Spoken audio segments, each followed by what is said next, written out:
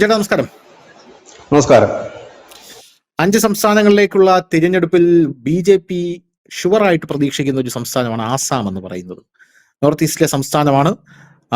BJPയുടെ star ആയിട്ടുള്ള ഒരുപക്ഷെ നരേന്ദ്രമോദി, അമിത്ഷാ കഴിഞ്ഞാൽ ഇപ്പോ ഇന്ത്യയിലെ ജനങ്ങൾ ഏറ്റവും കൂടുതൽ ചർച്ച ചെയ്തുകൊണ്ടിരിക്കുന്ന ഒരു നേതാവ്.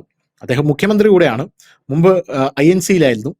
INC-യിലായിരുന്ന ശേഷം വളരെ ആത്മാർത്ഥതയോടുകൂടി ഞങ്ങൾക്ക് ഈ കോൺഗ്രസിനെ ഒന്ന് പുനരുജ്ജീവിപ്പിക്കണം എന്ന് പറഞ്ഞുകൊണ്ട് അദ്ദേഹം രാഹുൽ ഗാന്ധിയുടെ അടുത്ത് പോവുകയും രാഹുൽ ഗാന്ധി അദ്ദേഹത്തെ കേട്ടില്ല എന്ന് പറയുകയും രാഹുൽ ഗാന്ധിയോട് അദ്ദേഹം സംസാരിച്ചുകൊണ്ടിരിക്കുന്ന സമയത്ത് രാഹുൽ ഗാന്ധിയുടെ പിടി എന്ന് പറയുന്ന പട്ടിക്ക് ഭക്ഷണം കൊടുത്തുകൊണ്ടിരിക്കുകയായിരുന്നു. അതിൽ നിന്നൊരു ബിസ്ക്കറ്റ് ഇദ്ദേഹത്തിന് എടുത്തിട്ട് കൊടുത്തു. അതോടുകൂടി ഇദ്ദേഹം കോൺഗ്രസ് വിട്ടിറങ്ങിയ ഒരു മനുഷ്യനാണ്. ശേഷം അദ്ദേഹം BJP-യിൽ ചേരുകയും നോർത്ത് ഈസ്റ്റ് മുഴുവൻ ഇളക്കി മറിക്കുകയും BJP-ക്ക് നോർത്ത് ഈസ്റ്റ് മുഴുവനും പിടിച്ചു കൊടുക്കുകയും ചെയ്ത ഒരു മനുഷ്യനാണ്. മറ്റാരുമല്ല, ഹിമന്ത ബിശ്വ ശർമ്മ. ഹിമന്ത ബിശ്വ ശർമ്മയെ കുറിച്ച് പറയുകയാണെങ്കിൽ അദ്ദേഹം ആസാമിന്റെ സ്വന്തം പുത്രനാണ്. അദ്ദേഹത്തിന്റെ ഓരോ വീഡിയോകൾ കാണുമ്പോൾ അദ്ദേഹം ജനങ്ങളോട് ഇടപഴകുന്ന രീതി വളരെ രസകരമാണ്. ഏത് പാവപ്പെട്ടവനായിക്കോട്ടെ, പണക്കാരനായിക്കോട്ടെ, കുട്ടിയായിക്കോട്ടെ, വാർദ്ധക്യം ബാധിച്ച ആളായിക്കോട്ടെ, എല്ലാവരോടും ഒരേ രീതിയിലാണ് അദ്ദേഹം ഇടപഴകുന്നത്. അപ്പൊ ഇത്തവണ ആസാം BJP-ക്ക് ഷുവറായിട്ട് ലഭിക്കും എന്ന് ഉറപ്പുള്ള ഒരു സംസ്ഥാനമാണ്. അവിടെ പ്രത്യേകിച്ച് ആസാമിൽ ഒരു അട്ടിമറി നടക്കാനുള്ള സാധ്യത ഞാൻ കാണുന്നില്ല. അത് ബിജുചേട്ടൻ ഇനി എങ്ങനെയാണ് അവിടുത്തെ സാധ്യതകളെന്നൊന്ന് വിശകലനം ചെയ്യണം. ABP ഒപ്പീനിയൻ പോളിന്റെ സർവേ പ്രകാരം BJP-ക്ക് അവിടെ 100 സീറ്റിനോട് അടുപ്പിച്ച് കിട്ടും എന്നാണ് പറയുന്നത്. 100 സീറ്റ്. അതേസമയം കോൺഗ്രസ് 26 സീറ്റിൽ ഒതുങ്ങും. ബാക്കിയുള്ളവർ 2 മുതൽ 8 വരെ സീറ്റുകൾ നേടാം എന്നും പറയുന്നുണ്ട്. 100 സീറ്റ് എന്ന് പറഞ്ഞാൽ ചെറിയ സീറ്റല്ല എന്ന് ആലോചിക്കണം.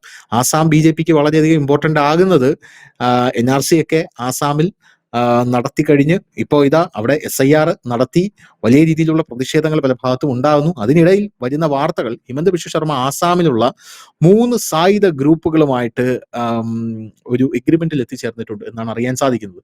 കുക്കി ഗ്രൂപ്പൊക്കെ അതിനകത്തുണ്ട്.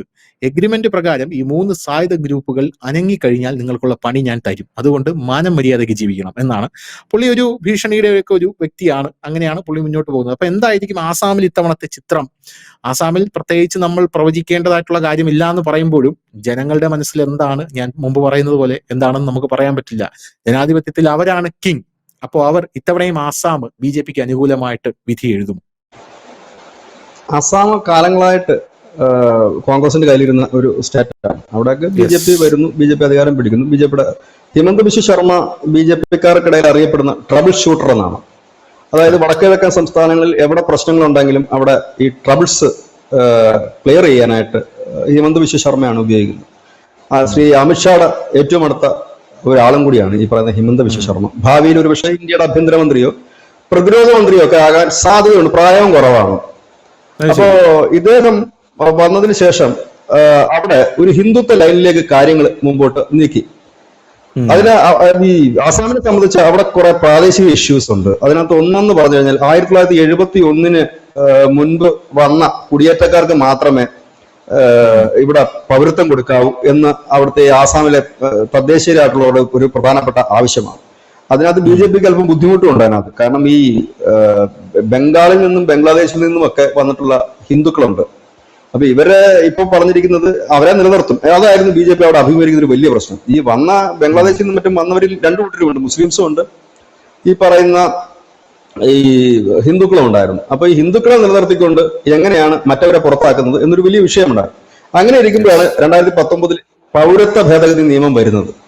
പൗരത്വ ഭേദഗതി നിയമം വന്നപ്പോൾ ആസാമിലെ ജനങ്ങൾക്ക് ഒരു സംശയം അവിടെ വന്നു. കാരണം ഭേദഗതി നിയമം വന്നപ്പോൾ ഹിന്ദുക്കളെ ഉറപ്പായിട്ടും സംരക്ഷിച്ചില്ലേ പറ്റത്തുള്ളൂ, മെമ്പർഷിപ്പ് കൊടുത്തേ പറ്റൂ, പൗരത്വം കൊടുത്തേ പറ്റത്തുള്ളൂ, മറ്റേ കളയുകയും വേണം. അപ്പൊ ആസാമിലെ ജനം പറഞ്ഞു അത് വേണ്ട, ഞങ്ങൾ ഇതെന്ന് പറഞ്ഞു 1971 മുമ്പ് വന്നവർ മാത്രം മതി, 71 ശേഷം വന്നവർ മുഴുവൻ പോട്ടെ എന്നുള്ളതാണ്. അപ്പോ അതുകൊണ്ട് പിന്നെയും പ്രശ്നമായി. കാരണം BJP-ക്ക് പിന്നെയും അതൊരു ഗിറാമുട്ടിയായിട്ട് വന്നു. കാരണം അപ്പൊ ഹിന്ദുക്കളും പോകേണ്ടി വരും എന്നൊരു സാധനത്തിലേക്ക് വന്നു. പക്ഷെ മുസ്ലിം പോപ്പുലേഷനാണ് അവിടെ കൂടുതൽ ഉണ്ടായിരുന്നു. ഈ പുറത്തുനിന്ന് വന്ന മുസ്ലിംസ് ആയിരുന്നു. അവരുടെ കയ്യിലാണ് 25 MLA-മാർ തന്നെ അവരായിരുന്നു. ആ ഒരു മുസ്ലിം പുറത്തുനിന്ന് വന്ന മുസ്ലിംസ് ആയിരുന്നു. അതിനകത്ത് തദ്ദേശീയ മുസ്ലിങ്ങൾക്ക് എതിർപ്പുണ്ട്. അതിനകത്ത് മുസ്ലിമും ക്രിസ്ത്യാനിയും ഹിന്ദുക്കളൊന്നുമില്ല. ആസാമികളെല്ലാം ഒറ്റക്കെട്ടായിട്ടാണ് ഈ ആവശ്യം ഉന്നയിക്കുന്നത്. അതിനകത്ത് സപ്പറേഷൻ ഒന്നുമില്ല. അങ്ങനെ നിൽക്കുന്ന ഒരു സമയം അവിടേക്കാണ് ഈ ഹിമന്ത ബിശ്വ ശർമ്മ ആദ്യം അധികാരത്തിൽ വരുന്നു.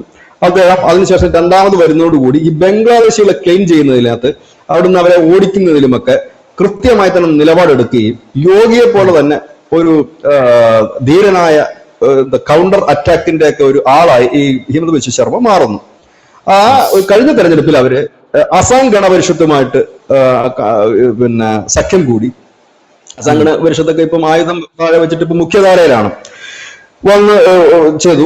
അതുപോലെ തന്നെ UPPL എന്ന് പറയുന്ന ഒരു പാർട്ടി, പ്രാദേശിക പാർട്ടിയാണ്, അവരുമായിട്ടും സഖ്യം കൂടിക്കൊണ്ടാണ് NDA മത്സരിക്കുന്നത്.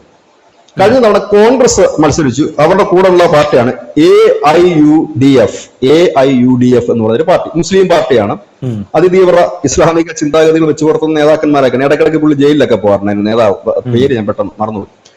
കുറച്ചാൾ ജയിലിൽ കിടക്കും, പിന്നെ തിരിച്ചു വരും. അങ്ങനെയൊക്കെയാണ് പുള്ളിയുടെ ഇപ്പോഴത്തെ കാലത്തെ ജീവിതങ്ങളും എന്റർടൈൻമെന്റുകളും ഒക്കെ.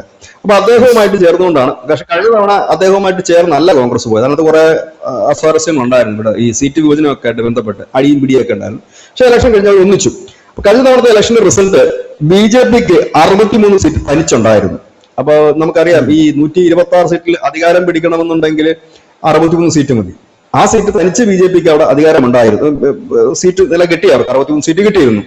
അവിടെ സഖ്യകക്ഷി അസാം ഗണപരിഷത്തിന് 9, UPPLന് 5 സീറ്റും ലഭിച്ചു. അങ്ങനെ ടോട്ടൽ 75 സീറ്റാണ് ഇപ്പം ഭരണകക്ഷിക്ക് അവിടെ ഉള്ളത്. മറുഭാഗത്ത് കോൺഗ്രസിന് 29 സീറ്റ് കിട്ടി. കോൺഗ്രസ് ദുർബലം എന്ന് പറയാൻ കഴിയില്ല നമുക്കെങ്കിൽ 29 സീറ്റ് അവർക്ക് കിട്ടി.